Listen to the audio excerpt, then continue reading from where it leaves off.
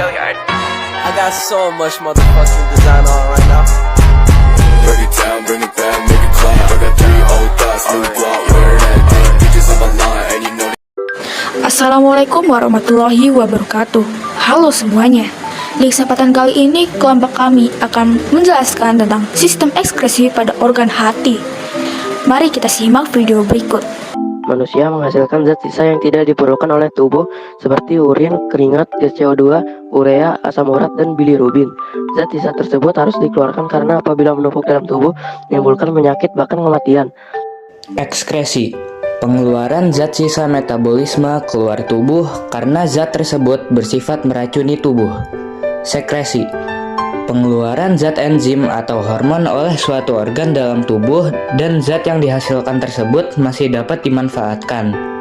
Defekasi, pengeluaran zat sisa dari hasil proses pencernaan berupa feses.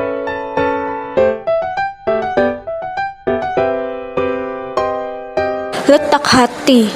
Tahukah kamu bahwa hati merupakan organ bagian dalam manusia yang berukuran besar, mempunyai berat sekitar 1,5 kg dari berat badan manusia. Hati terletak di bagian atas sebelah kanan abdomen dan di bawah tulang rusuk. Struktur hati terdiri dari 2 lobus utama, yaitu lobus kiri dan kanan. Kemudian ada kantong empedu pada bagian bawah lobus yang terhubung dengan saluran empedu. Setiap lobus terdiri dari atas banyak lobulus yang merupakan unsur terkecil yang menyusun hati. Struktur lobulus yang berbentuk segi 6 dengan panjang kurang lebih 1 mm. Bagian luar hati dilindungi oleh kapsula hepatika. Dalam jaringan hati terdapat beberapa pembuluh darah, yaitu arteri hepatika dan vena porta hepatika. Jaringan hati tersusun atas sel-sel hepatosit. Antara lain, lapisan hepatosit dipisahkan oleh lakuna, sedangkan antara hepatosit dengan hepatosit yang lain dipisahkan oleh kulit. Hati berperan sebagai alat ekskresi dan sekresi karena hati menghasilkan cairan empedu yang berguna dalam proses pencernaan lemak. Sebagai alat ekskresi, hati membantu fungsi ginjal dalam membentuk ureum dengan memecah beberapa senyawa yang bersifat racun dan menghasilkan amonia, urea, dan asam urat.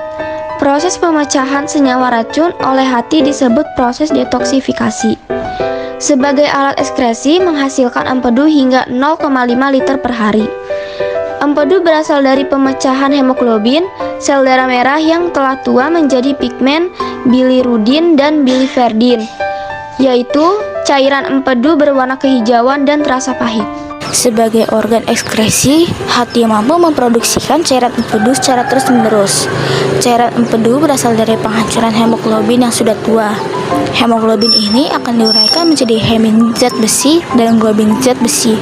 Dan globin akan disimpan di dalam hati lalu dikirim ke sumsum tulang merah. Sementara itu, hemin akan dirombak menjadi bilirubin dan biliverdin.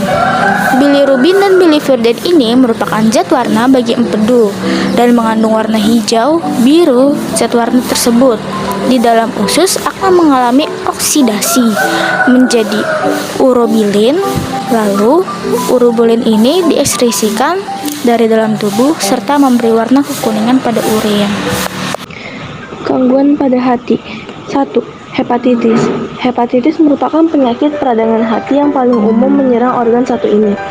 Hepatitis A, B, C, D, E, serta hepatitis autoimun merupakan jenis yang umum terjadi yang umumnya disebabkan oleh adanya infeksi virus pada hati.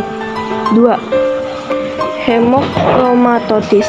Penyakit yang satu ini terjadi ketika kadar zat besi dalam tubuh terlalu berlebihan. Akibatnya, zat besi akan menumpuk dalam organ tubuh dan memicu timbulnya penyakit serius, seperti gagal jantung. 3. Sirosis. Sirosis merupakan kondisi ketika organ hati rusak akibat terbentuknya jaringan parut karena infeksi virus hepatitis atau kecanduan alkohol. 4. Kanker hati. Kanker hati merupakan kanker yang berasal dari bagian lain dalam tubuh yang menyebar ke organ hati. 5. Abses hati. Abses hati merupakan penyakit pada hati ketika terbentuknya lubang-lubang kecil pada hati yang berisi nanah.